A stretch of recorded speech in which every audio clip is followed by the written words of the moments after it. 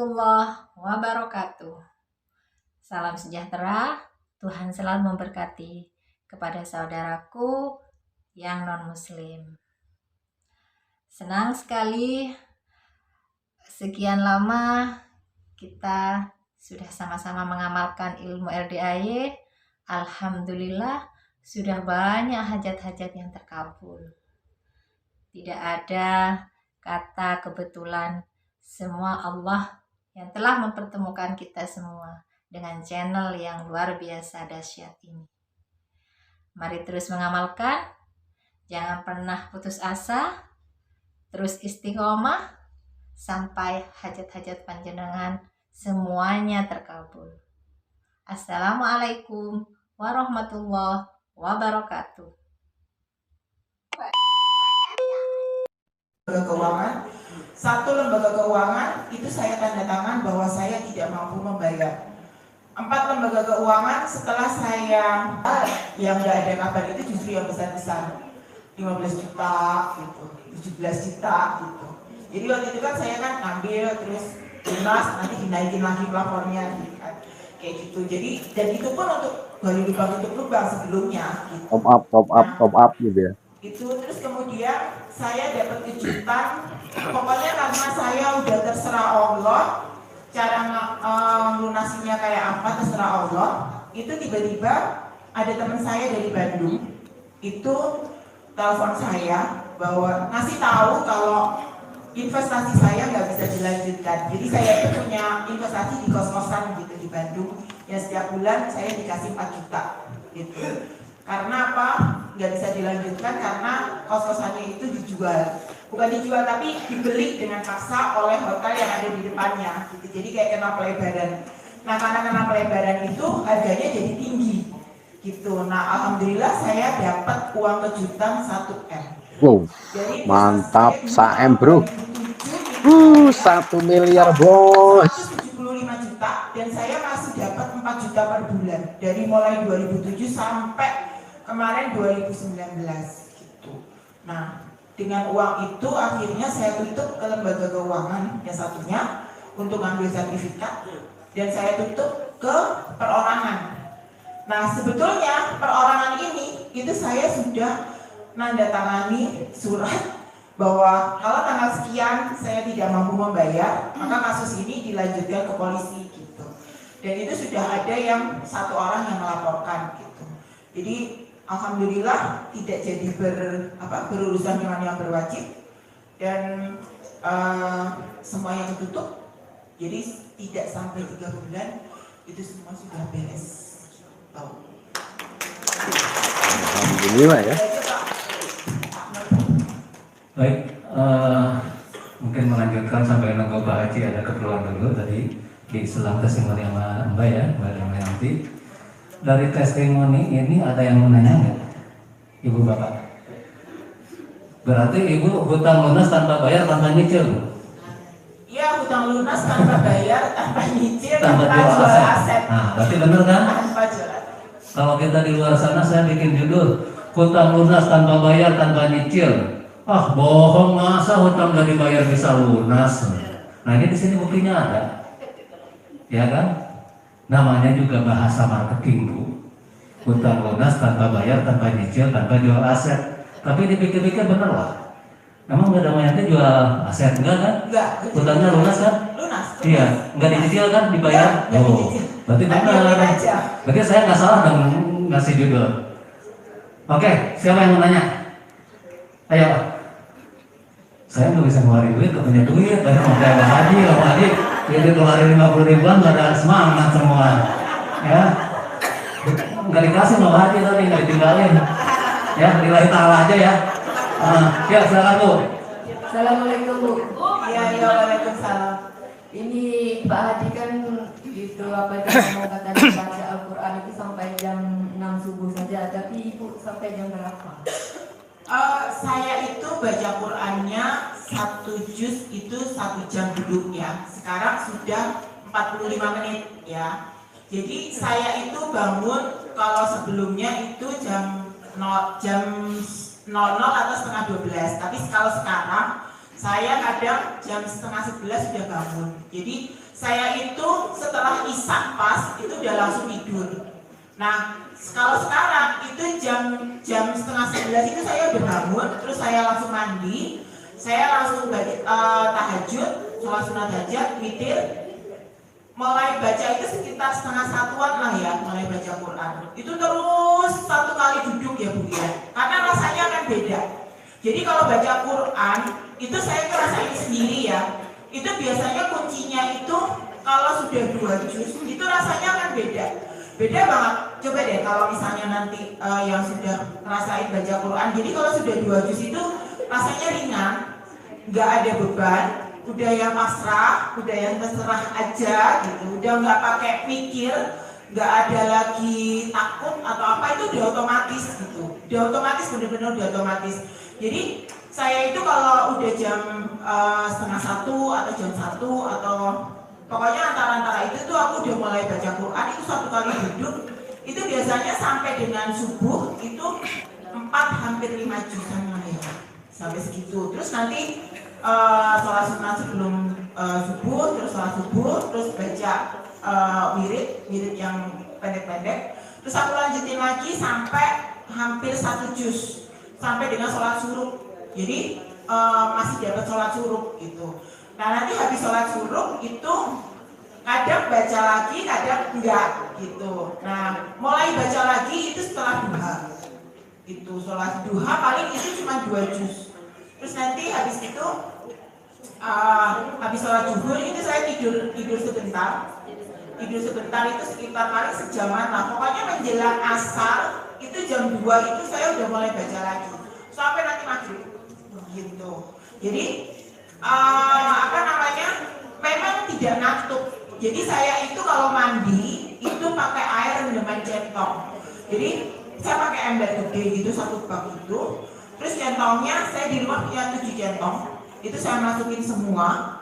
Itu niatnya saya mandi pakai air centong supaya badan saya segar, supaya aku bisa kuat ibadah kayak gitu. Udah tuh saya mandi, itu alhamdulillah nggak ngantuk gitu, tidak ngantuk. Terus kadang kan kalau orang baca Quran baru berapa ayat aja udah ngantuk gitu ya. Ini nggak ngantuk, terus tetap sholat juga nggak capek gitu. Pokoknya ibadah tuh tetap dikuatin sama Allah gitu. Dan nggak sakit-sakitan juga. Itu centongnya berapa lama? Enggak lama. Enggak kali.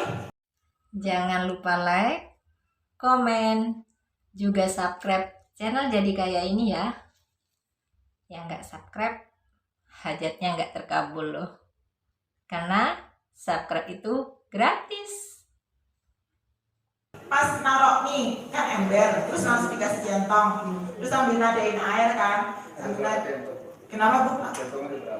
Oh centongnya ada 7. Aku punya 7, tapi sebenarnya sih kalau lebih banyak lebih bagus kali ya. Tapi di rumah aku ada 7 gitu. 7-7-nya dimasukkan. 7-7-nya aku masukkan. Biasanya kan ngambang kan. Gitu. Kayak gitu. Terima kasih Bu. Iya.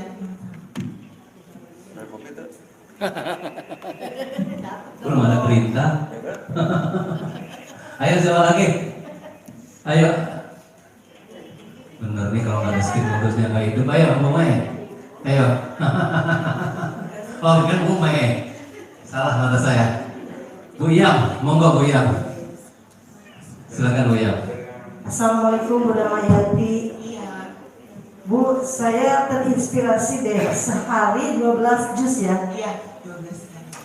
Karena Ibu nggak melakukan seperti kayak masak kali ya.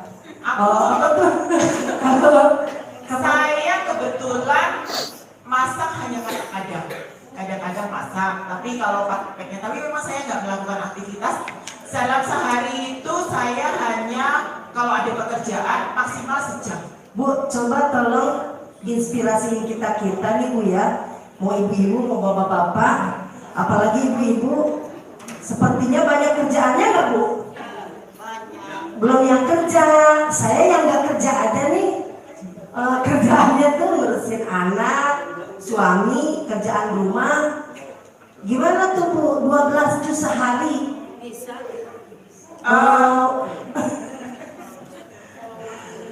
Mbaknya udah nyoba berapa jus dalam sehari? Tapi belum sampai 12 jus saya, Bu. Iya, saya juga nggak langsung ujuk-ujuk 12 jus sebenarnya. Pertama kali dulu saya masih 2 jus, terus 3 jus, ya. Kayak begitu tuh kan yang namanya baca Quran itu kan sebetulnya membersihkan ya, cuman orang yang disucikan hatinya. Jadi kalau sudah dibersihkan itu otomatis kita pasti mau baca terus gitu. Nih ya, saya kasih tahu. Saya itu waktu bulan September itu saya dapat kontrak kerja, dapat orderan artikel itu sehari 100 artikel. 100 artikel, satu artikelnya 100.000. Ya. Itu nggak tahu kenapa, karena saya sudah sering baca Quran. Itu akhirnya saya nggak nulis itu udah males gitu, semaunya saya gitu. Jadi akhirnya saya hanya kerja mau cuma 1 jam. Terus akhirnya saya satu hari itu hanya saya bisa dapat 5-10 artikel tuh udah maksimal banget, udah nggak bisa dipaksain lagi. Kalau dulu saya sehari bisa ngetik sampai 70 halaman, sampai 80 halaman. Itu bisa 12 jam, bisa 13 jam, padahal sampai pagi aku bisa kerja mati-matian. Nah terus saya konsultasi lagi sama Pak Haji saya kok males ya gitu untuk ngerjain kerjaan. Terus akhirnya kata Pak Haji, ya udah nggak usah kerja aja, nanti juga kerja sama Allah aja, nanti rezeki datang sendiri gitu. Akhirnya itu nggak saya kerjain, kontrak saya batalkan, saya dapat denda 50 juta. 50 juta tapi saya tenang, pokoknya aku senang baca Quran tuh sekarang udah jadi hobi, udah senang gitu. Kalau nggak baca batalin proyek tapi malah dapat uang ya. Pokoknya udah jadi hobi lah gitu, kayak makan aja udah jadi kebutuhan gitu kan. Terus akhirnya awal November kemarin itu saya dapat telepon dari 3 penerbit sekaligus yang ternyata dari Kemendikbud itu memang ada proyek untuk pengadaan buku bacaan di perusahaan-perusahaan seluruh Indonesia. Jadi butuh buku banyak. Otomatis kalau yang namanya nulis buku baru itu bisa nunggu sampai 9 bulan, ya kan? Buku-buku saya yang lama, saya dulu pernah nulis lebih dari 120 buku. Buku-buku saya yang lama diterbitkan ulang dengan surat perjanjian penerbitan. Kemarin alhamdulillah saya sudah dapat 22 SPP. Itu nilainya macam-macam, tapi satu judul itu ada yang 7.500 eksemplar, ada yang 10.000, ada yang 15.000 gitu. Padahal kalau dijual di toko buku maksimal itu surat perjanjian penerbitannya hanya 3.000. Oh, Ibu ini pengarang buku. Iya, saya penulis Yang buat sekolah. Saya penulis buku anak. Jadi kalau di googling Astri Damayanti gitu ya, ada salah satunya tuh kisah hebat Nabi Muhammad, buku legenda Nusantara gitu. Oh, buku bacaan ya, Buku bacaan bukan buku panduan buat kita sekolah anak-anak, bukan ya? Buku bacaan anak yang biasanya kalau sekarang kan ada kegiatan wajib membaca setiap mau masukkan. Oh, yang kemarin di sana tuh banyak dari dulu kan itu ya? Iya. Yang berdus-dus. Itu yang terakhir. Itu saya yang berhasil nulis terakhir. Karena setelah itu saya ada kasus ini, jadi saya sama sekali nggak bisa nulis, nggak bisa kerja sama sekali. Terus satu lagi, kan ini kan lunas hutang tanpa nyicil, tanpa bayar, tanpa jual aset. Itu sampai anak saya yang sering kesini, mah hutang lunas tanpa jual aset, tanpa nyicil. Aset saya masih ada Bu, rumah saya tuh masih. Anak saya tuh sekarang bahasa Sundanya mah capetan ya. Teteh suka bercanda gitu di rumah. Ke ayo loh, jual aset hutang lunas, nggak bayar, nggak jual aset, nggak nyicil. Bisa nggak teh? Buktinya rumah saya masih ada Bu, masih saya tempatin sampai sekarang. Iya, maksudnya ini juga masih ada. Ibu buku-buku ibu yang tadinya nggak terjual jadi terjual. Mungkin dari situ Bu ya, karena terbayar ya. Terjual. Dulu sudah pernah diterbitkan. Jadi kalau namanya buku itu hanya diterbitkan biasanya sekali cetak diterbitkan di toko buku. Kalau nggak ada nggak ada permintaan lagi, nggak akan dicetak ulang gitu. Nah ini kebetulan ada permintaan lagi setelah sekian tahun. Setelah sekian tahun ada kali 4 tahun, 5 tahunan. Bahkan ada buku saya yang dari 2003. Itu dicetak ulang lagi. Tapi kita alhamdulillah senang dengarnya ya, kalau setiap tamu rumah doa anak yatim hajatnya terkabul, yang punya hutang terbayar oleh Allah tanpa jual aset, tanpa bayar, tanpa nyicil. Nah, tapi kan dari hati kecil kita masing-masing ini sebetulnya pertanyaan umum nih, pasti di hati kita nih siapa yang bayar gitu ya, hakikatnya Allah ya, Allah yang bayar, tapi syariatnya kan ada perantaranya gitu kan ya. Perantaranya pasti beda-beda ya Pak Nur ya. Wasilannya beda-beda. Wasilannya pasti beda-beda. Pasti beda-beda, nggak akan sama juga gitu. Kalau saya mungkin dapat uang kejutan 1 miliar dari kontrakan, dari kos-kosan yang saya investasi, yang saya lupakan sebetulnya. Itu nggak aku anggap gitu, karena itu bukan aset saya dapat setiap bulan 4 juta aja udah alhamdulillah gitu kan, udah bisa buat makan, buat macam-macam ketika saya ngalamin kesulitan gitu. Itu nggak masuk dalam daftar saya, itu yang akan saya jual juga, karena bukan aset saya juga. Pokoknya itu hutang itu terbayar dari Allah yang dari yang nggak disangka-sangka aja gitu ya. Nggak disangka sama sekali. Alhamdulillah, terima kasih sudah menonton video ini sampai tuntas. Semoga hajat-hajat panjenengan segera Allah kabulkan dan panjenengan semua menjadi seorang yang kaya raya, tajir melintir. Alhamdulillah, terima kasih.